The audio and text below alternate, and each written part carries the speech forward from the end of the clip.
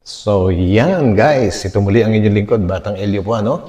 At off-topic naman po tayo ngayon. At dahil meron pong nagpadala ng mga screenshots at gusto'y gawan natin ng reaction guys. So, ito, binasa ko muna ang kanilang mga pinadalang screenshot tungkol sa dating club team ni Kalingap Edo po, ano? Nabigla na lang pong naglaho na parang bula na wala man lang paalam na ginawa kay Kalingap Rab.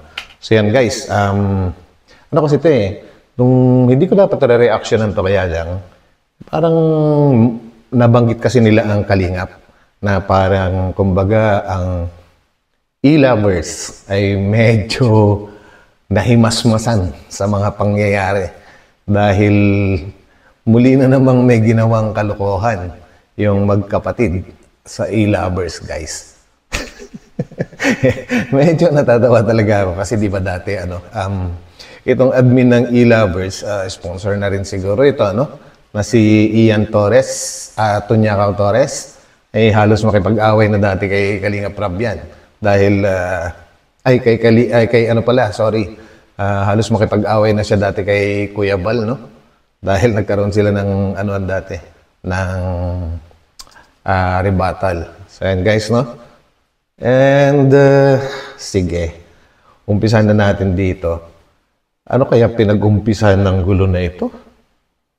Okay, meron kasing nagtanong, ibig nyo po bang sabihin wala na po sila magkapatid sa e-lovers? Sayang din. Yan. So, ang sagot naman po ni admin at sponsor na rin, umalis na po sila.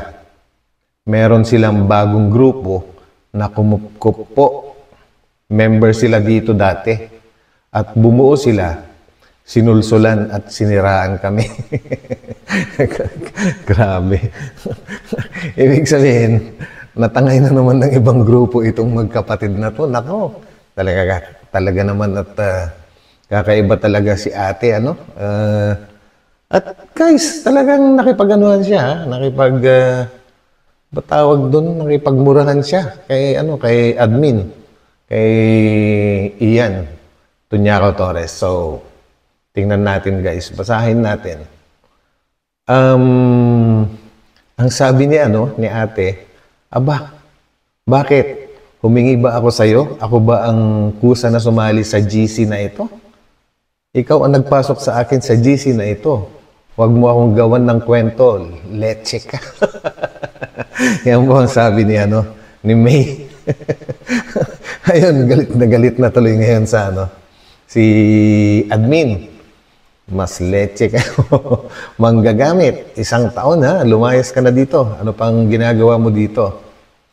Pag pinagbabawalan mo pa kami na mag-post para hindi kayo mabash, ipinagtatanggol kayo. Ano ang ginawa nyo?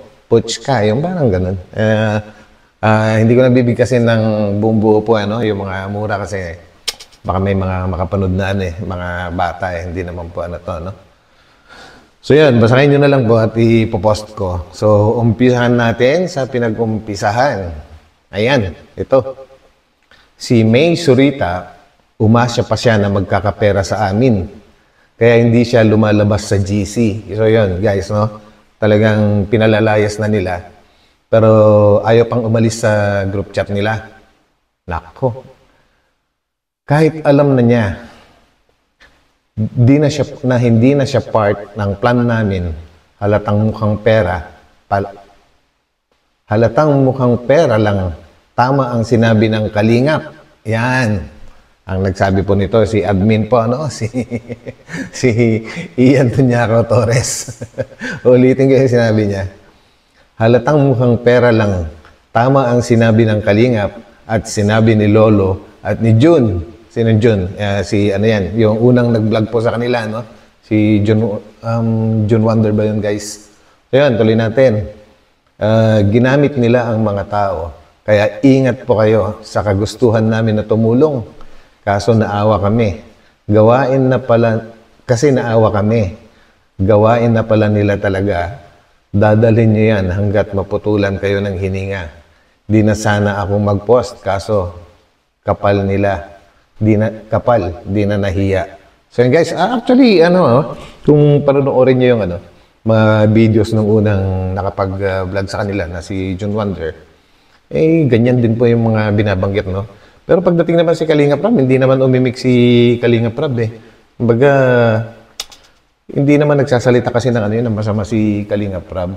O, kumbaga, may mga may mga chismosa na nagpapasama sa Kalingap po, ginagawa nila ng dahilan kung bakit umalis si Miss E, yan. Ginagawa nila ng chismis lang dati. Pero yung pala, napatunayan ngayon ng e-lovers na talagang manggagamit itong mga ito kasi sumama na naman daw sa ibang grupo. Tuloy natin. Di pa talaga umalis sa GC namin. Baka daw may makuha pa siya. Naku, grabe. Baka nag-expect pa kayo na ituloy namin yung travel tours in 3 countries. Hindi na po kayo kasama doon. Di bale, di na kami i-refund sa plan na yun. Di po kami magsasama na kasing ahas nyo. Salamat pala sa paggawa namin sa pagpapagawa ng passport nyo. Baliktad tayo eh. Kami pa may utang na loob, kami raw dapat magpasalamat. Aba, grabe na to. Sabagay, hindi natin alam yung guys, no? Yung buong kwento, kung ano man yung nangyayari dati. Ito ay binabasa lang natin. Yung mga post nila na may nagpadala naman sa atin. So yun guys, ituloy po natin.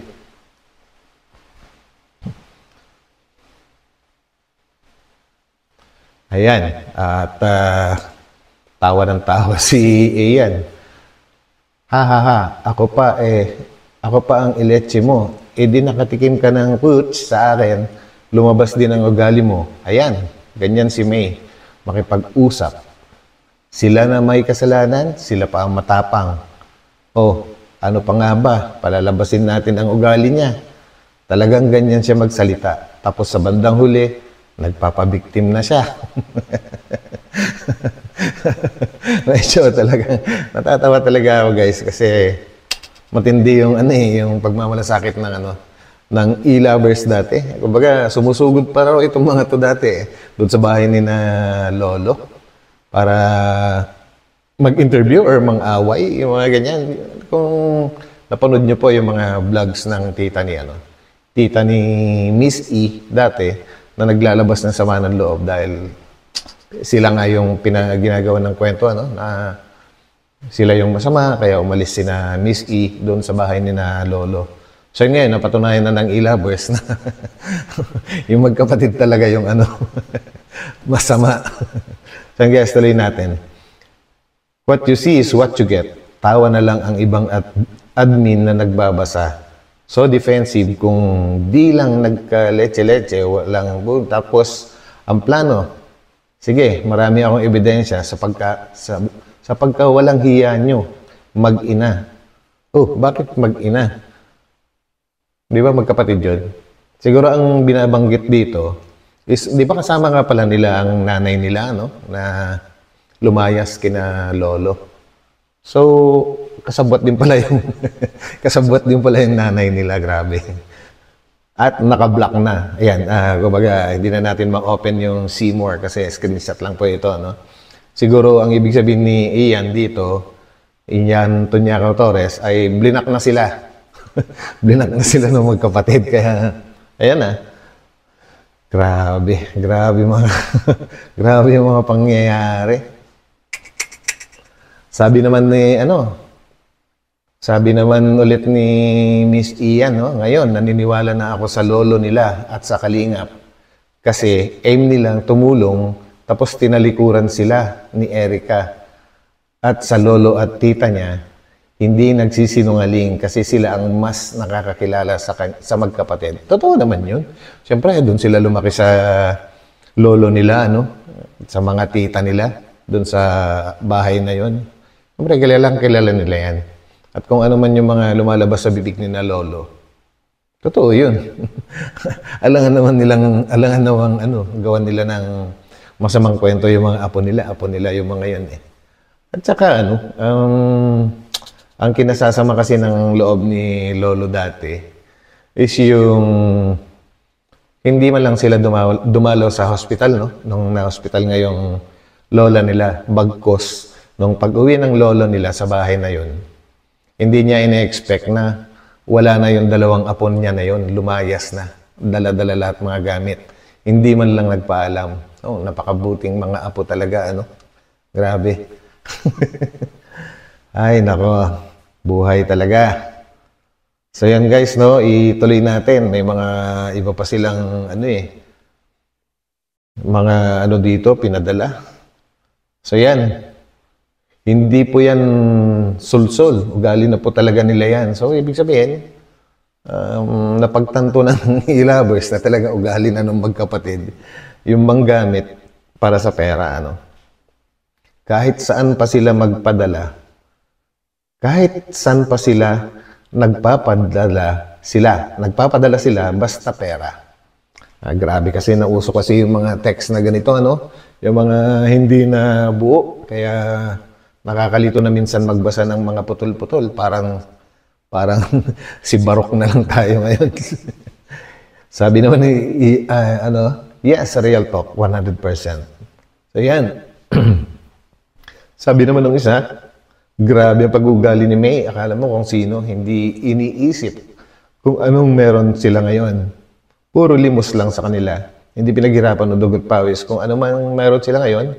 Tapos, kung makasabi ng leche kay Ma'am Ian, nako, samantala pinagtatanggol sila sa mga bashers sa kanila. Ganun talaga. Hindi mo naman talaga ina-expect. Sino ba may gustong gumawa niyan? Hindi ba sila rin?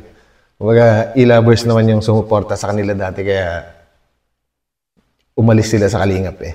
Di ba, guys? Sabi naman ng isa, baka wala nang pambili ng street foods at pag-alagala sa Quiapo. Nakita ko sa post niya nung nakaraan. Sabi pa, 6 days na daw siya doon. Talaga naman, andito pala sa Metro Manila si Ate May. Yan. Nagpapasarap siya doon. Saan kaya galing yung perang gamit niya? Sa sponsor ni Erica? Well, hindi natin alam. Kayo yung mas nakakalam dyan kasi kayo yung mga members ng e-lovers, no? So, ang ibig sabihin, tuloy pa rin yung suporta ng nung nasa Amerika, hindi rin natin alam. Kasi bakit sumasama pa sila sa iba-ibang grupo para magkapera nga daw. Sabi nung kanina dito, no? So yan guys, nako. Kaya tayo dapat mag-ingat sa mga mga tinutulungan dahil hindi lahat po ng mga tinutulungan totoong tao. Lalo't hindi mo naman talaga sila kilala, hindi na-imbestigahan or what.